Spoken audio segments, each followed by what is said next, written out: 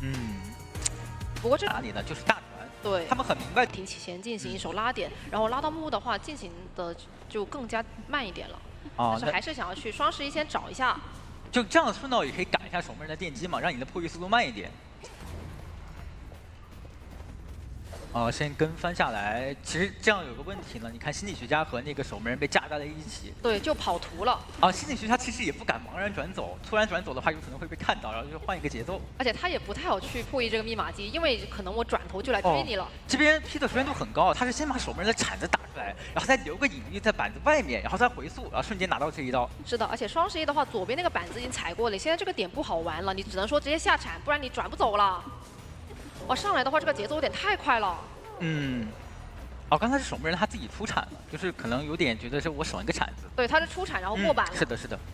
但是这个牵制的话，你可能闪现看能不能吃出来吧，我觉得是有点乏力的。应该是能把铲子续出来的，然后再利用这个铲子看能不能找到一块能逼出闪现的一个交互区。但这个点的话，差不多就是吃闪现就要倒了，而且前期心理被干扰的太严重了。对，所以导致电击很慢。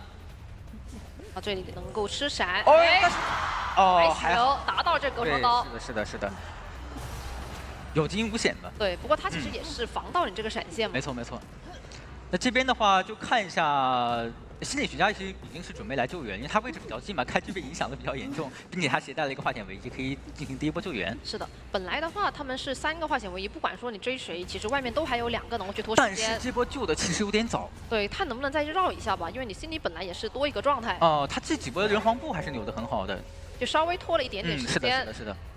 那这波守墓人的话，利用这个化险为夷时间，赶紧倒到第2个携带化险为夷的，然后队友身边，然后再去进行一波刷化险为夷。是的，他的话已经想往中场那边去靠一下，刚好可以靠近这边的魔术师的中场电击嘛，然后再刷一波化险为夷。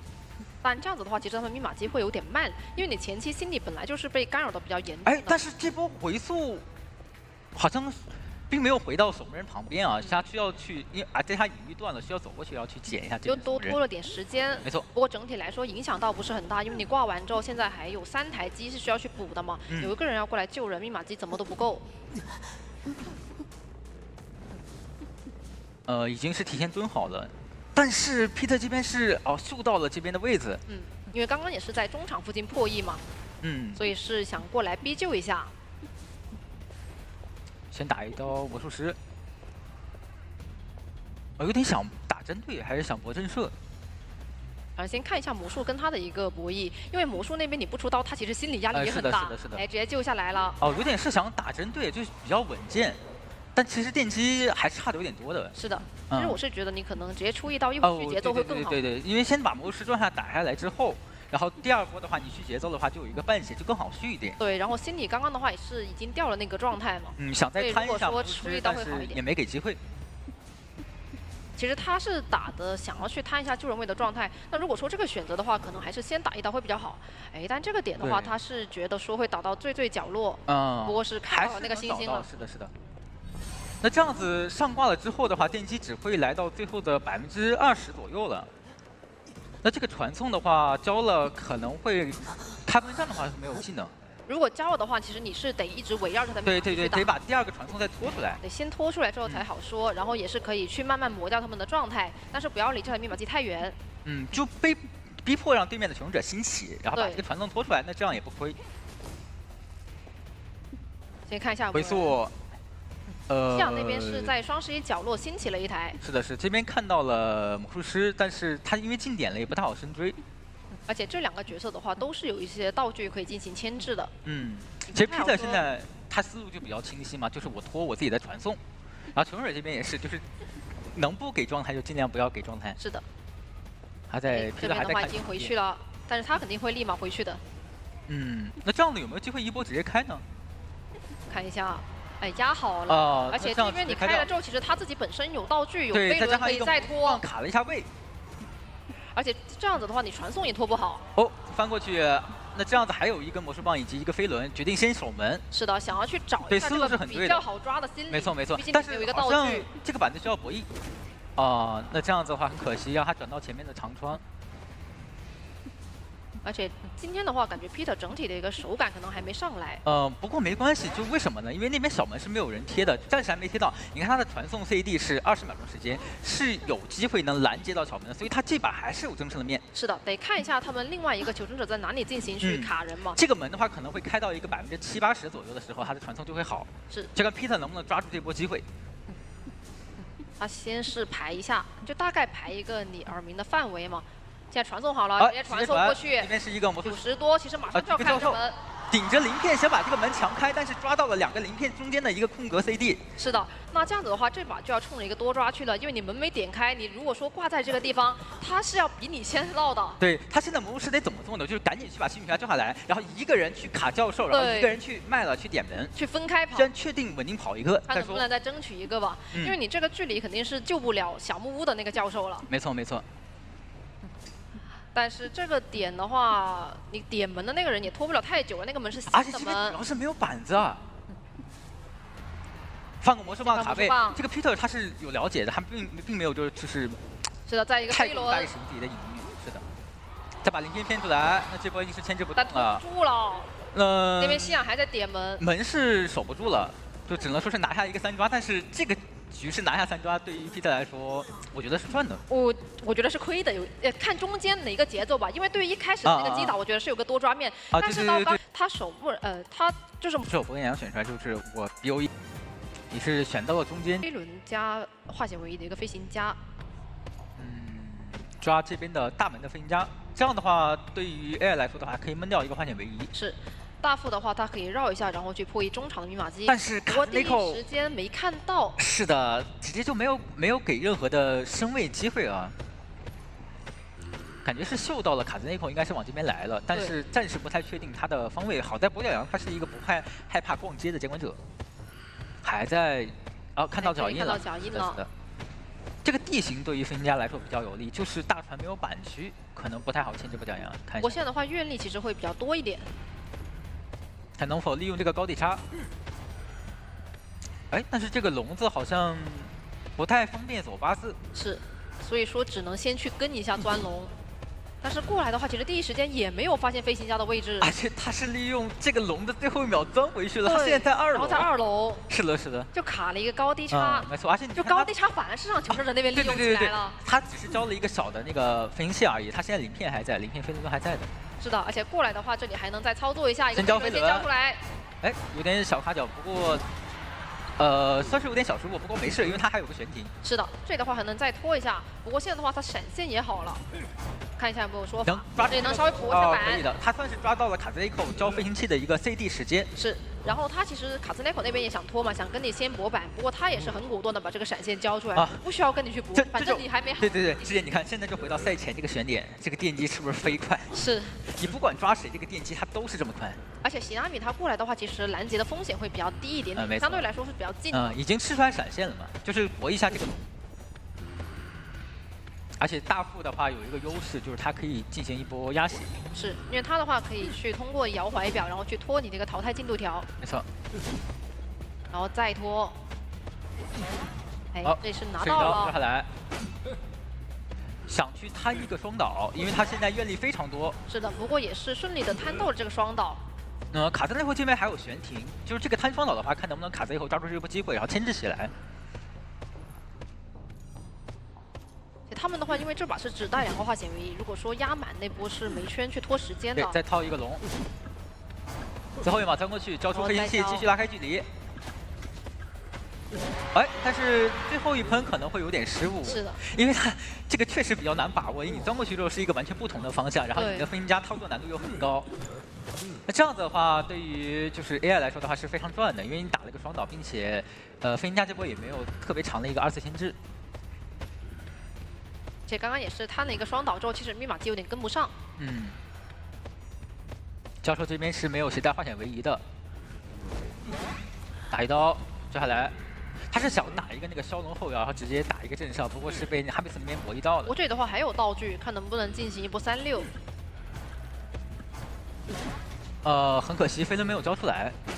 那这样子的话，其实对于 Zeta 全胜来说可能没有那么有利，因为你大副他是半血，然后你教授这边也是半血，就在脸上。啊，是的，是的，而且你大副只有一块怀表了，好在是，给喜拉美这边省了一个绝处逢生。是的，他现在的话至少得去把那台79的给他拖开，才会稍微好打一点点。嗯，是的，这边还有鳞片，还有飞轮，是有一战之力的。往脸上蹭，然后再进行模板。举着这个笼子想骗鳞片。哦，算是骗出来了，但是利用鳞片的这个无敌时间，然后翻版了。是的。但这的话还是再翻回没拿到刀。去，刀尖博弈，还有一个飞轮，走个八字，飞轮啊，非常操作起来了。是的现在密码机拖了很多，最后一台本来是新机来的，现在已经70多了。对，而且他是携带了一手回光返照的，他甚至有可能直接一个人牵制到开门战。还在拖。现在这个愿力其实有点不太够了。如果说能够拖到开门战，他是没愿力的。这已经够了，就现在竞技已经够了。是的。还在修。他现在拖是绝对赚的，因为监管者技能是本来就好的，他现在拖的就是自己的鳞片以及飞轮 CD。是的，就是完全是拖求生那边的节奏。而且你拖的时间越长，我这边开门战部署会越精准。他可以多个人去贴门，本来是有个人来救人，现在不用救了。你看喜拉米现在已经马上快靠近小门了，先打到这边的被动鳞片。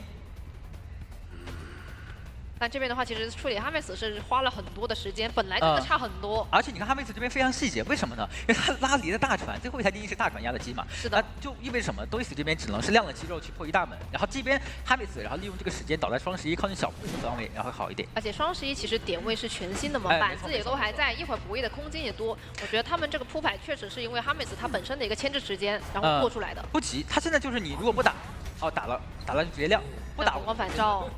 那边已经是有人贴雾门了，就看这个鳞片的博弈，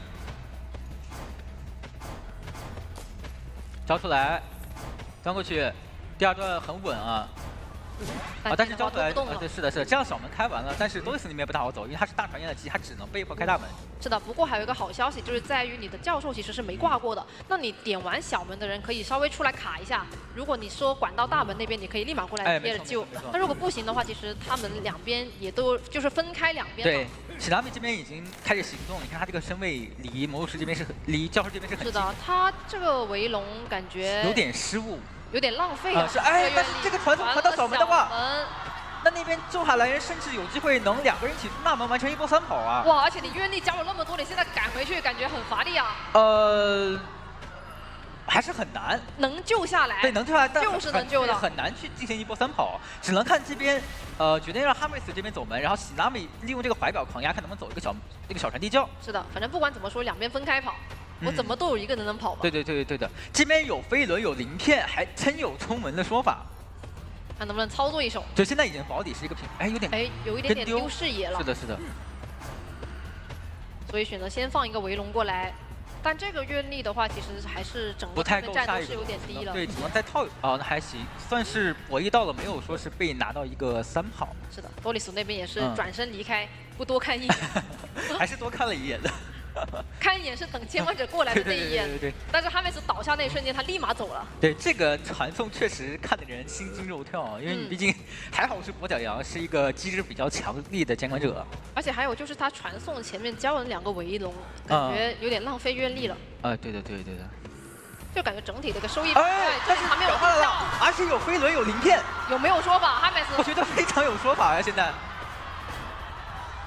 还在操作。小肖的后摇被博弈到了，就看这个鳞片。哎呦，但这里的话又被博弈到了。好消息是钻回去离地窖比较远。对。先交飞轮，还有最后一手鳞片，最后的底牌没打到，那这样子愿力可能就他刚好走到地窖点的时候会续好一个。是的。就看最后这一波笼子了。哇，还在骗出来。我顶，但是透彻了。但是没关系，还好，这边里面进入 CD 了，就还是只要稳住，这样的愿力续不上，应该是完成一个3跑。是。哇，不放过任何一个操作的机会啊！110牵制了31秒，是的话，我觉得他可能也是想要去在第2包的这个佣兵以及中场的绝境的情况之下，然后去对战一些职业战队的选手，我觉得还是有点压力的。不过他上来 AI 是没有选择先去沙包里面去逼一下佣兵的护腕。他可能想围绕中场这台电机打，这样方便他后期控场。有点像在钓鱼，就是你佣兵假装对你佣兵碰到电了，我就赶紧是的倒回来追你。但是他防得很好啊，很聪明。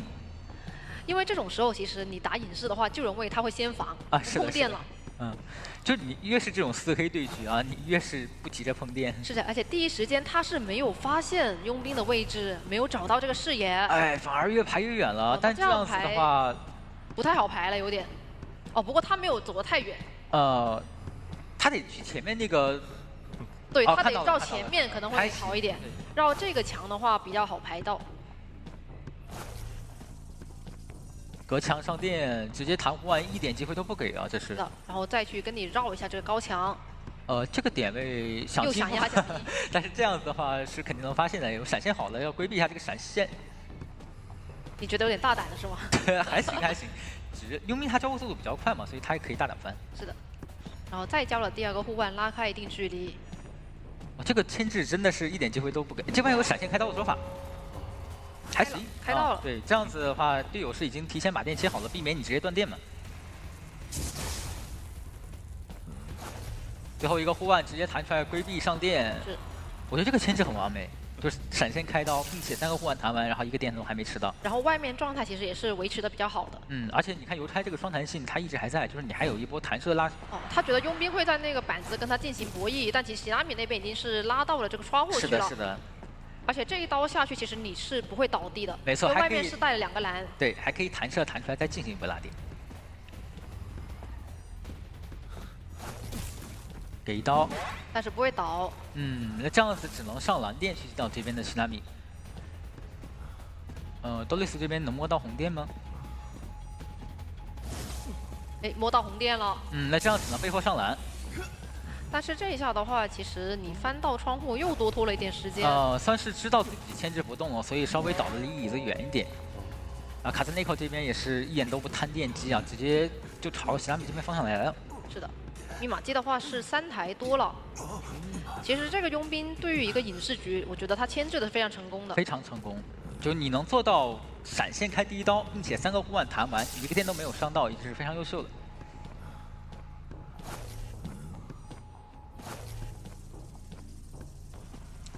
卡兹内寇这波的救人处理还想多压一会儿血，利用自己的飞轮去卡一下电。是的，因为本身来的会比较早一点。是的。如果说直接救的话，会有点快。没错。这边其实还可以让卡兹内寇再救一波，要避免换位嘛，然后换位耽误电击时间，因为他现在状态也很好，完全可以再救一波。而且本身的话，你别人过来也是没有化险为夷的，所以不太需要他有这个换位的时间。他这边是我看一下，他是往木屋的多丽斯这个方位去倒了。稍微两边就沙包那边是2个人稍微修了一下，不过他们是选择让古董伤过来。对，这样可以保一下，就确保说是看能不能用棍把时间拖够，电击还是差一些的嘛。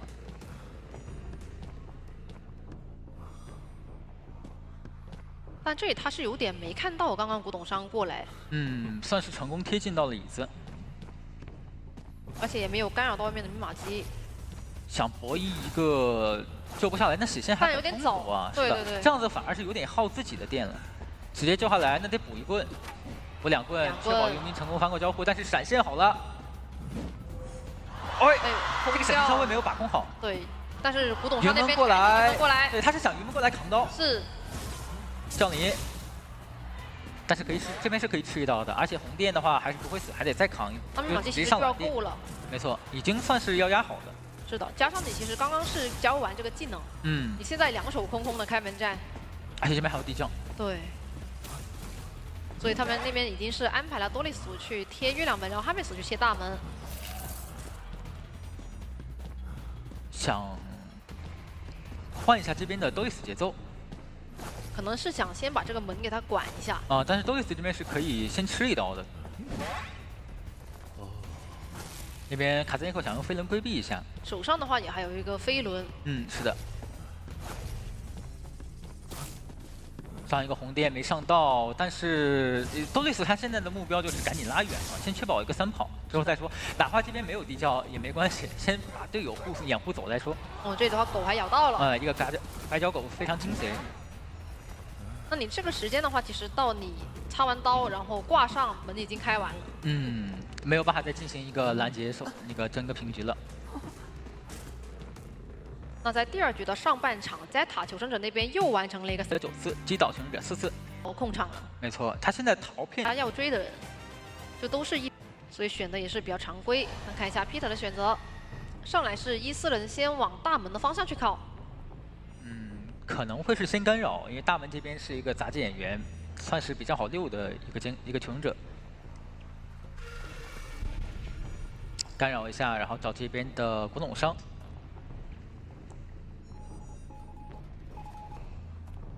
但这边的话，其实还在逼迫他的一个走位，反正前期也不太着急。对的。因为一般艾维的对局，其实他前期会铺排的比较多一点。就是在闪现开刀那一波。但这个地方有点被架点啊，不是那么好博弈。他其实这个点的话，有点是卡在了逃兵边缘。哦，还行。云门失误，但是衔接上了一棍。对，补了一下。虽然这里很危险了，但这里是有了一个一组本相。满清速度拿一刀，并且激素刚进入 CD， 其实对于古董行来说可以接受。不过对于监管者来说也还能接受，因为他后面就有一个闪现了。我现在先跟，然后等到你有闪现身位的时候，我是能够去利用技能去把你击倒的。是的。这边古董商身位过近的时候，可能得考虑提前预判了。云门过来翻过去，闪现直接击倒，而且是一个震慑。对。那这样的话，第一波救人结束之后，可能就会开出一个2阶。只要你要救人，我就开2阶。24牵制的话，机会也不是很大。再把伊斯人调到大门那边去干扰一下 Alex 的密码机。这把劈头节奏就非常好啊！他不仅干扰到了电机，而且你看小木这个地方，他留了2个逃片。对。那个逃片把那个板区位置给封锁住了，你下来还不能往那边转。而且我一边守野，那边大门的密码机还要被赶。对的。就导致密码机的进度会更加慢。这边还想博弈一下救人压力。但刚那波是没有扯下来的。没塔。他以为救下来了，我觉得这个佣兵应该是刚刚那一下扯，他以为救下来了，他实则没有救下来，但是护腕又开出去了。那可能只是佣兵的以为。对，就有的时候读进度条就是这样子。我以为我明明救下来，我不救下来了吗？但其实没有救下来。那这样的话，就只能说你压满再过来救一下。是的。但是这一波很亏啊，因为护腕交出去了呀。而且亲疏度没掉，他还是卡在70多，是有可能会被打一个双脑的。对。而且这波的话，其实侵蚀度有点多了，现在已经90多了。这刀挥空了，那还行，算是规避了一个双倒。是的。这边开出了2阶，古董商很难再进行最后一波牵制了。是的，那这里的话侵蚀度也满了，密码机刚刚又被干扰的比较厉害，现在你提前减员的情况之下，3个人去打2台，这个佣兵还有可能成为一个伏笔。对，而且艾维最舒服的就是就是电击剩的比较多，而且呢你减员了。过来的话，把佣兵的最后一个护腕也逼掉了。哇，雪上加霜啊！你不仅说是这个人飞了，而且道具也不太好，也没了。24牵制的手段也不太好走。对，看一下佣兵能够去补充一个什么道具吧。对，他现在得赶紧去补一个道具，要确保对有24牵制。魔术棒。还行，就可以让艾维的伊斯人离开自己的身体。勉勉强强能够接受吧。是的。因为它有个比较难受的点是在于说，你现在外面2台密码机是差的，还差半台多，我肯定会用伊斯人去进行一个一直的控场。但你魔术棒顶了一波之后，你下一波我还是可以回头来找你。是的，就是你的道具是有限的，但是我的进攻是无限的。我只要慢慢的来回去博弈就行了，我就过来寄宿一下，然后我换一台继续寄宿。传过去，交出魔术棒。交完了，但是闪现也好了，而且这个地方平地跳倒了。这个闪现是吃不出来的。那这样续上佣兵的节奏，就只能被迫来救人，电击也还会停手，感觉有点陷入一个僵局了。飞行家是过来了，但是其实外围杂技需要补的密码机还是有点多，而且有点远嘛，这电击要跑图。对，还得跑一个大地图。杂技这边是没太敢修，他害怕就是寄宿过来直接传，但他现在得扛压修了，对，得扛这波压力。他现在修了反而是会稍微好一点点，因为你可以去说看一下佣兵下来能不能再拖点时间。这边下段拆刀片直接传过来拿一刀。那现在的话，所有人的状态都已经控到了，而且他现在是比较好去起一个击倒的，毕竟你是有闪现的状态。你就看一下谁给机会就行。我先用伊斯人去管住密码机，然后我本体跟看一下谁给机会，有机会的话我补到陶片还可以过来秒你。对，补到陶片直接接个闪现，然后再续一个上瘾节奏。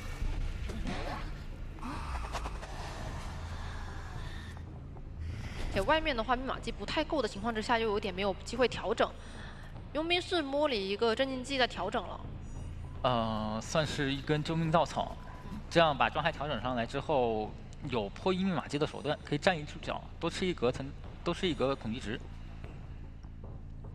夕阳这边想要去修一下沙包那台，铤而走险呀，也不太敢去修。但他现在不修，一会儿好像也没法修。就可能得等佣兵把这个状态差不多摸好的时候，两个人一起给压力才会比较安全一点。对，而且你可能要去调的人有点多，因为全残了。是的。Peter 这边真的不急，就是看你程瑞什么时候给我这边机会。是的，还有99，不过还有个飞轮。再派伊斯人看一下大黄这边有没有人偷电机，然后再平地过来赶一下飞行家。这个闪现看看有没有机会省下来。先交飞轮拉距离，闪现交出来，先续一个上瘾节奏。但他伊斯人还在外面，所以他直接可以把伊斯人调去密码机那边，然后把他挂到了沙包里面。对，他现在最尴尬的一点就是求生者这边最尴尬的一点就是他最后剩了2台，一台是树林，一台是大房。虽然为数差的不多，进度差的不多，但是跑图也是要时间的。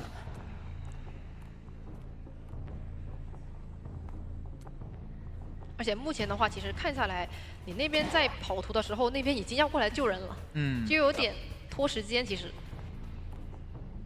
就看这波求生者这边和电机压力能不能同时给，然后把这个电机看能不能偷开吗？是，但没关系嘛，反正我伊斯人一直是在杂技的附近的。对，而且飞行家这边是没有携带后光返照的。那边我肯定你一贴密码机，我就立马过来，所以杂技那边就防了一手，直接是捏着球交出去了。并且他没有闪现，也只能说是再压迫一波。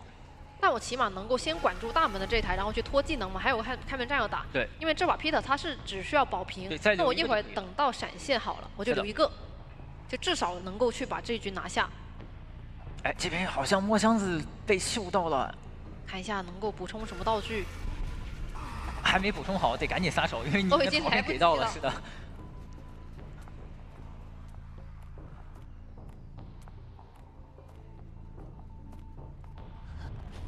传过去，看你信誓度，先不让你摸这个箱子。其实他就是大房那台进度会比较多，但是外面2台其实都有点少。而且不太敢破译，就现在是一个就承者不敢破译，只要我外围站住电机，你就破不了，只能是被迫让我拖这个闪现 CD。是的，然后我的伊斯人就一直放在大房附近。对的。你过来修我就寄生你。这边信誓度叠满了，可以有一个击倒。是的，那这的话杂技还上了一波挂，而且你这波上挂是可以很方便的去管你大房密码机的，对，而且你只能去拖外面的那台。是的，而且大房好像有个地下室。没有选择，直接就近挂了。就近挂去管密码机，我觉得可能还会好一点。那边的话，电机来到60，然后佣兵先贴过来。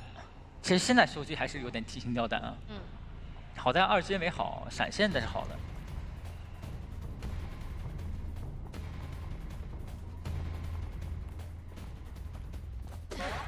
打一刀，然后救下来。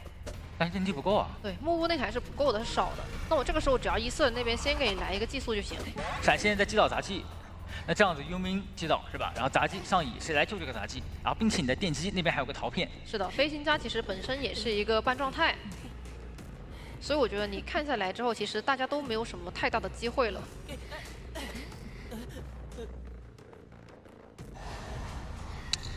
感觉算是求生者已经坚持了很久了，但实在是奈何于道具是有限的，弹尽粮绝，没有办法再进行一个抗衡了。终于是拖开了这个密码机。